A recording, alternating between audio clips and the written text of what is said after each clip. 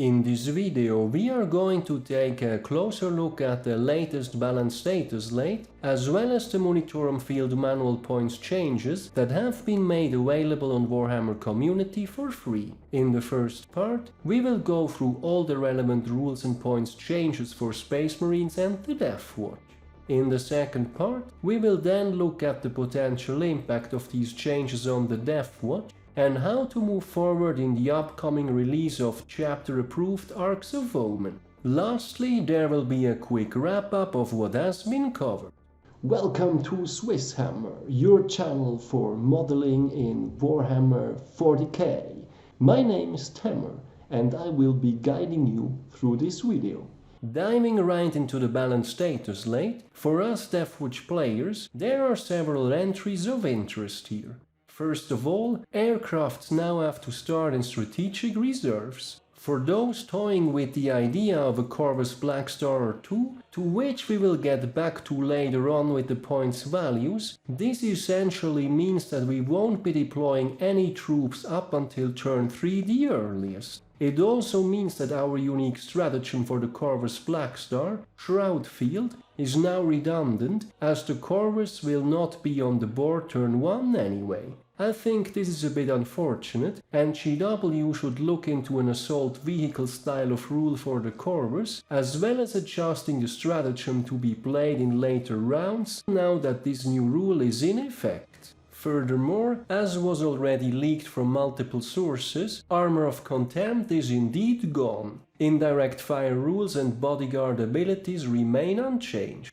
But moving on to the actual Space Marine parts of the changes, here we have two new rules changes. First, Space Marines can now pick when to change their doctrine, though the order is still set, aka Devastator first, Tactical after, then Assault. But technically, if one wanted to stay in Devastator doctrine all game long, this is now possible, Iron Hands anyone.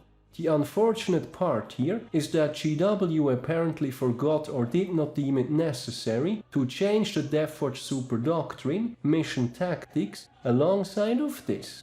Mission Tactics limits the amount of Doctrine picks to 1 Devastator, 2 Tactical and 3 Assault, meaning these added rules to the Balance Dataslate have no effect on us and we are stuck with our Mission Tactics way to pick the Doctrines. Personally, I think GW needs to remove the limitations on how many times we can pick a single doctrine in order to bring us back on par with the other Space Marine chapters, now having gotten this additional benefit.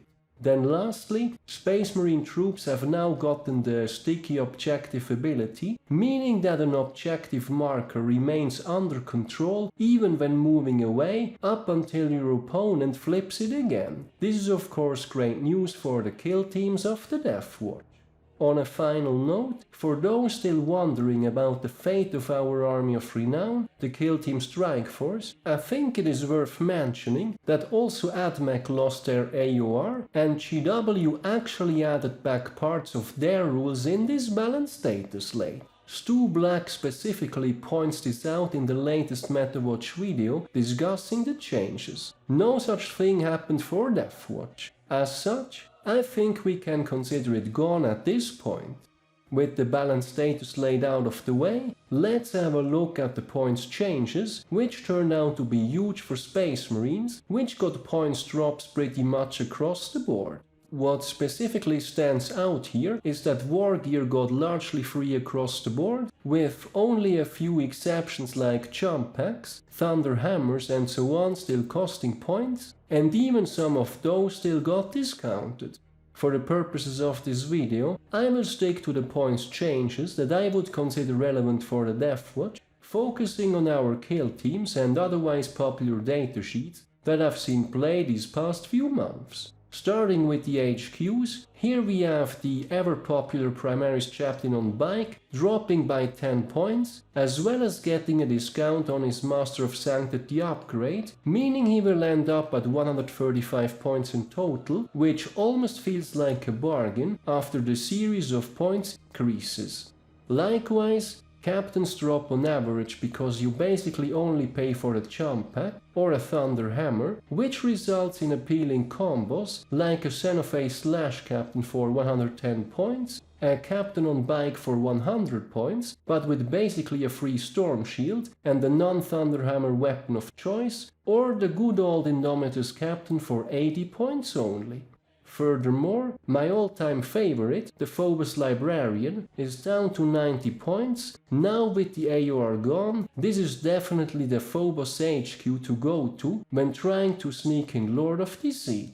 We then also have the Watchmaster at 115 points only, down from 130, making him quite the bargain. Also, something to keep in mind is that with the new Arks of Omen detachment, we can now bring up to 4 HQs, meaning that if we needed a cheap Dominus Aegis carrier, now that the Armor of Contempt is gone, there is always the option to bring the Indomitus Lieutenant with the Neo Volkite and the Storm Shield for as cheap as 65 points, while still leaving the Watchmaster in. Good times.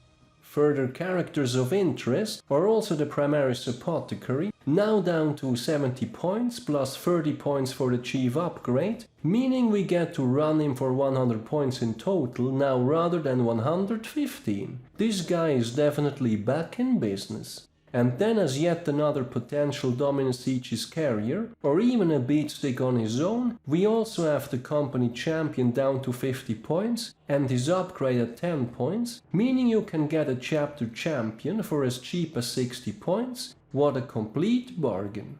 Moving on to the kill team relevant datasheets, and starting with the Spectre's kill team, what stands out here are discounts to infiltrators and incursors, as well as their wargear becoming free. To give a few examples, our popular combo of 5 infiltrators, one of which a helix, plus 5 Las Fusil eliminators, now went from 255 down to 225 points. But even better, let's say one wanted to max out on free wargear and go for 5 infiltrators, one again a helix, 4 eliminators, and now one incursor with a haywire mine, that would end up at 218 points only. All I can say here is that the Spectre's kill team certainly remains auto-include. Moving on to the Forest kill team, here we have massive points drops for Outriders, as well as small points drops to Intercessors and Hellblasters. This means that 6 Intercessors and 4 Outriders now went from 300 down to 248 points, and note that the Intercessor Sergeant can equip a Thunder Hammer for free. Or in case of the 5 Intercessors and 5 Hellblasters, they now went from 265 to 240 points, which is still a decent saving. The big winners, however, are the Gravis datasheets for our Indomitor kill teams. Here GW finally dropped heavy Intercessors from 28 down to 23 points, plus you can get a free heavy bolter. Aggressors are down to 30 points regardless of wargear, and Inceptors are down to 40 points also regardless of wargear. Yes, that's right, Plasma Inceptors are 40 points now, that's crazy. Ultimately, this means a Plasma Inceptor Indomitor kill team went down from 440 to 315 points. Did I say this is crazy? And of course, depending on how you mix in aggressors, you could run combos like 3 Plasma Inceptors and 2 aggressors, or even a full 5 aggressors well below 300 points. This then leaves us with the 4th and final kill team, the Proteus one. So what exactly happened there? This is perhaps a bit of a mixed bag, and I'm still wrapping my head around how much we gained compared to how much we lost. Bad news first, Deathwatch Veteran price is up to 27 points per model, same for the Black Shield, but they basically get all wargear free minus both Thunderhammers and the Xenophase Blade. But Temur, isn't this amazing? Yes and no, it largely depends on how you want to make use of them. Cheap 20 point sweats with bulk and chainsword or shotgun are gone, and even if you gave everyone a storm shield, you'd still be 2 points above the old value per model. Can Deathwatch Vets be put to good use with their discounted wargear? They absolutely can, but we lost our cheap and good troops option. Something similar that can be said for veteran bikers. They went up from 30 to 35 points, meaning that even if you wanted to equip them with power weapons, which are now free, that would still only have been 33 points by the old values. Adding a single bike for movement and access to the strat now just gotten a bit more pricey. On the bright side of things, Van Vet with jump packs and heavy thunder hammers come out 2 points cheaper, though we would end up paying more for, let's say, claw shield jump pack loadouts due to the base model increasing by 1 point. This means making the old infantry bikes combat squad now also got potentially more expensive. Then finally, Terminators cost 35 base points and get everything but the Cyclone missile launcher for free, meaning you can pack in 3 Thunderhammer Storm Shield Terminators with Cyclone missile launchers for 45 points per model. With the kill teams out of the way, quickly returning to our Corvus Blackstar. It is now 150 points only, regardless of wargear, which would be quite decent, but again, with the new rules of starting in strategic reserves, I don't think that this will see much play as a transport anymore. And if you were looking for simply a gun platform, around this points range, you could get a Redemptor for 185, an Invictor for 140, or a Vendred for 135, which have all their wargear free as well now. Same for Storm Speeders, which are between 115 and 135 points depending on the variant. Then last and perhaps most disappointing, the specialisms are all back up by 5 points. I am not sure whether GW forgot that they discounted them in a previous release, or that they think now that they are no longer mandatory with the AOR rules gone, that they have somehow become too powerful. I mean, given the number of discounts we are getting on most kill teams, we will of course still end up cheaper, but this is not really much of an incentive to still take them now that the AOR is gone. On a side note, Forge World points are contained in the same document and remain unchanged, aka dreads like the Relic Contemptor or the Leviathan remain at their old points and still pay the same for their weapon upgrades. With all the relevant changes covered, what does this mean for the Deathwatch? Overall, there is a lot to unwrap here. As GW stated in their recent MetaWatch video, their focus with the Space Marine changes is to throw primarily ranged chapters a bone, hence the doctrine changes, as well as enabling an elite-style army to stay relevant for longer over the course of the game by giving both sticky objectives to troops, as well as decreasing points values across the board. For the Deathwatch, there is some good and some bad here. First and perhaps most obvious, sticky objectives for troops are amazing, as our kill teams are troops. The loss of Armor of Contempt can also be easily compensated for by access to largely free Storm Shields in the Proteus kill team, as well as our Dominus Aegis relic. On the other hand, the doctrine changes and overlooking mission tactics leaves a sour taste in my mouth. While I personally have always been in favor of our super doctrine, I have also argued multiple times in the past that it is technically not an actual raw stats increase, like for instance Blood Angels have, and as such, it always felt a bit less straightforward in power. Personally, I think our super doctrine has now been further weakened when compared to the other Space Marine chapters, as basically Deathwatch shooting style lists are at a major disadvantage, and make no mistake, this update has been mainly targeted at shooting lists. We can of course still play our side-graded Proteus melee kill teams and pretend 1 def and 2 tactical doctrines are fine, but that will leave us behind everyone else now making good use of the combination of reworked doctrines and the points drops. To give a few examples, Iron Hands, Endless Death Doctrine and discounted vehicles. Dirty cheap Sternguard Vets and Devastators, neither of which we have access to in the first place. Dark Angels with their Terminators on steroids, plus actual chapter support for all the heavily discounted Plasma datasheets.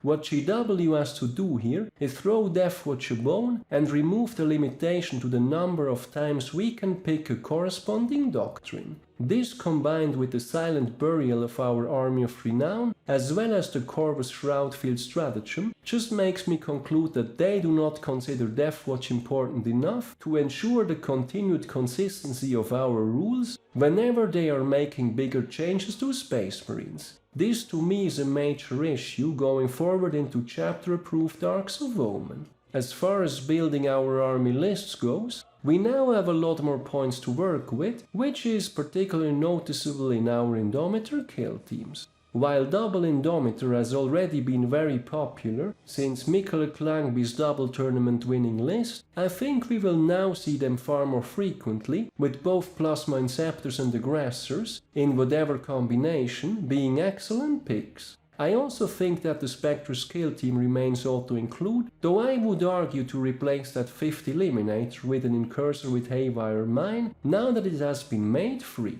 As far as the Proteus kill team goes, here we might have to reinvent ourselves a little. With the Deathwatch Veterans up at 27 points, they lose some of their flexibility as cheap throwaway units, which can now ironically be done cheaper with some of the Primaris units. In order to break even on points, they need to make extensive use of wargear that is now free instead. Storm shields, combi weapons, power fists, heavy weapons like the Infernus Heavy Bolter or the Frag Cannon to name a few. While new iterations of a Costello or Klangby style Proteus kill team can still be done, and we might even want storm shields on all the Vets now with the loss of AOC, this kind of kill teams will not see the same amount of point savings as the Indomitors, and neither will it make full use of the free wargear changes, and will result in an overall side grade, while every other kill team got significantly cheaper for still doing the same. On the bright side of things, however, this is now also a perfect opportunity to innovate once more with our beloved Firstborn kill team. To be clear here, the datasheets all remain competitive, but we will have to rethink on how to best capitalize on these changes and how the other kill teams with bigger discounts can fill in. For instance, a Forest kill team with Outriders, something that had almost entirely disappeared from competitive play this past few months, now suddenly looks far more attractive for comparably cheap utility than a bunch of Deathwatch Veterans. With our Army of Renown pretty much confirmed gone, this also opens up room for new and old datasheets. Redemptors are decently priced at 185 points with free upgrades, so are Storm Speeders, or even some of the datasheets from the kill teams as their own squads. Speaking of discounts, with the Arks of Omen detachment now allowing 4 HQs, this opens up further possibilities. While the Primaris Chaplain on bike, a Librarian, as well as the very affordable Watchmaster likely remain the go-to competitive picks, all these points drops can easily allow for a 4th HQ to come along, be it a cheap Dominus Aegis carrier or some kind of beatstick captain. Lastly, regarding the new GT pack, the Space Marine supplements apparently get limited to a single extra secondary only, and Deathwatch will end up with an improved call order, 5 victory points per battlefield roll destroyed, which is certainly a more interactive secondary than let's say Long Vigil, and the sticky objectives might further help move away from our arguably best secondary back in Warzone Nephilim.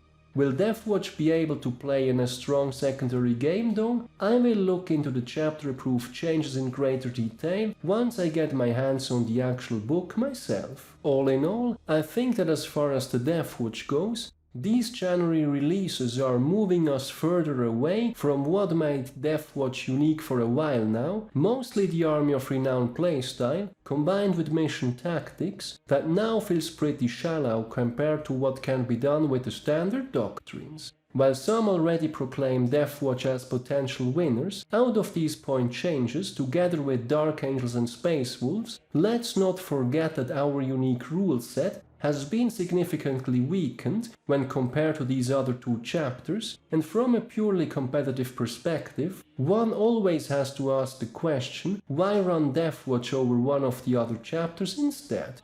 Space Marines have certainly been improved, but how exactly does Deathwatch uniquely capitalize on these changes more than the other chapters? As we move further into January, I will certainly look further into potential new lists and dealing with the competition in the Arks of Omen GT pack. To wrap things up, over the course of the video, we have looked at the latest Balance Dataslate as well as the Munitorum field manual points changes that have been made available on Warhammer community for free. As expected, the amount of changes for the Deathwatch are huge. For the Balance Dataslate, Flyers now have to start in reserve, Armor of Contempt is gone, Space Marine chapters can stay in Devastator or Tactical Doctrine for longer. This does not apply to the Deathwatch, however, we are still bound to our mission tactic Super Doctrine. I sincerely hope that GW will address this, as it will severely hold us back going forward with the new rules favoring ranged kill teams. Then on the bright side of things, we get sticky objectives on troops, which is amazing for our kill teams.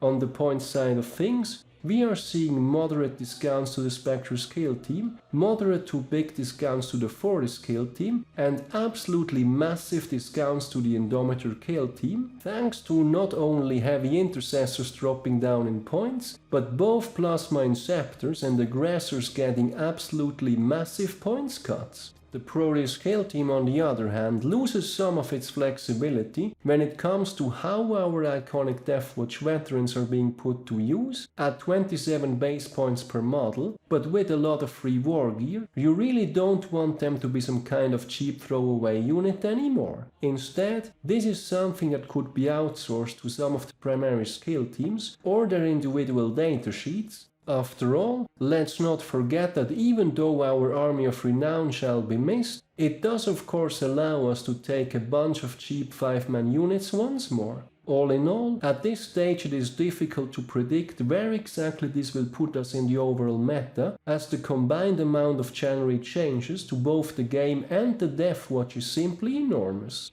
Balance Dataslate, massive points decreases for Space Marines across the board, Arks of Omen GT pack including new secondaries, as well as the loss of our Army of Renown, which used to be the meta during both Warzone Nachmund and Nephilim. One thing I know for sure though, I am super hyped about finally going back to list building. So that's it for the new release of the Balance Dataslate, the 3 points changes and their impact on the Deathwatch. How do these changes affect your own lists, and what kind of adjustments will you do in the near future? Do you guys think that these were good changes for us overall, or has this January left a big dent in our Deathwatch pauldron? Let me know in the comments. Finally, I would also like to mention that there is a SwissHammer Facebook page where I will be posting links to my videos as well as articles I find of interest. I do read a lot about the hobby, but not all of it will always end up as its own video. I look forward to seeing you there as well. I do also have a Patreon page. If you like my content, any additional support is greatly appreciated as it helps me invest into future videos. As always, thank you very much for watching, guys. Your continued support is greatly appreciated. I hope you have been enjoying this video. Give me a thumbs up if you did, and don't forget to subscribe if you haven't done so already. Thanks again and see you next time.